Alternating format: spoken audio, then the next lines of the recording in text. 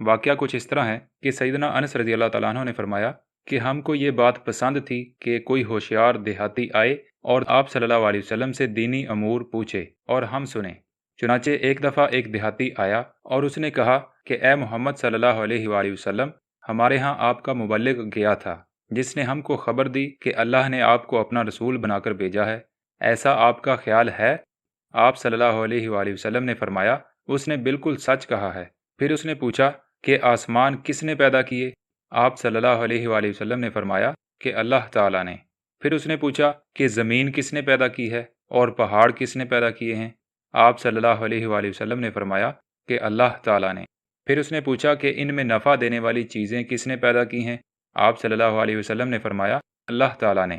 پھر اس نے کہا کہ پس اس ذات کی قسم دے کر آپ سے پوچھتا ہوں جس نے زمین و آسمان اور پہاڑوں کو پیدا کیا اور اس میں منافع بخش چیزیں پیدا کیں، کیا اللہ عز و جل نے آپ کو اپنا رسول بنا کر بھیجا ہے؟ آپ صلی اللہ علیہ وآلہ وسلم نے جواب دیا کہ ہاں، یہ بالکل سچ ہے۔ پھر اس نے کہا کہ آپ کے مبلغ نے بتلایا ہے کہ ہم پر 5 وقت کی نماز اور مال سے زکوٰۃ ادا کرنا اسلامی فرائض ہیں، کیا یہ درست ہے؟ آپ صلی اللہ علیہ وآلہ وسلم نے فرمایا ہاں، اس نے بالکل سچ کہا ہے۔ پھر اس نے کہا آپ کو اس ذات کی قسم دے کر پوچھتا ہوں جس نے آپ کو رسول بنایا ہے، کیا اللہ پاک ہی نے آپ کو ان چیزوں کا حکم فرمایا ہے؟ آپ صلی اللہ علیہ وآلہ وسلم نے فرمایا ہاں، بالکل درست ہے۔ پھر وہ بولا کہ آپ کے قاصد کا خیال ہے کہ ہم میں سے جو طاقت رکھتا ہو اس پر بیت اللہ کا حج فرض ہے۔ آپ صلی اللہ علیہ وآلہ وسلم نے فرمایا ہاں، وہ سچا ہے۔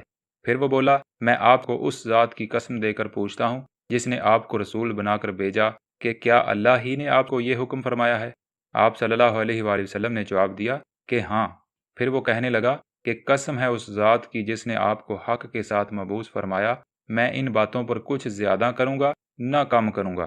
تو آپ صلی اللہ علیہ وآلہ وسلم نے فرمایا اگر اس نے اپنی بات کو سچ کر دکھایا تو وہ ضرور بے ضرور جنت میں داخل ہو جائے گا۔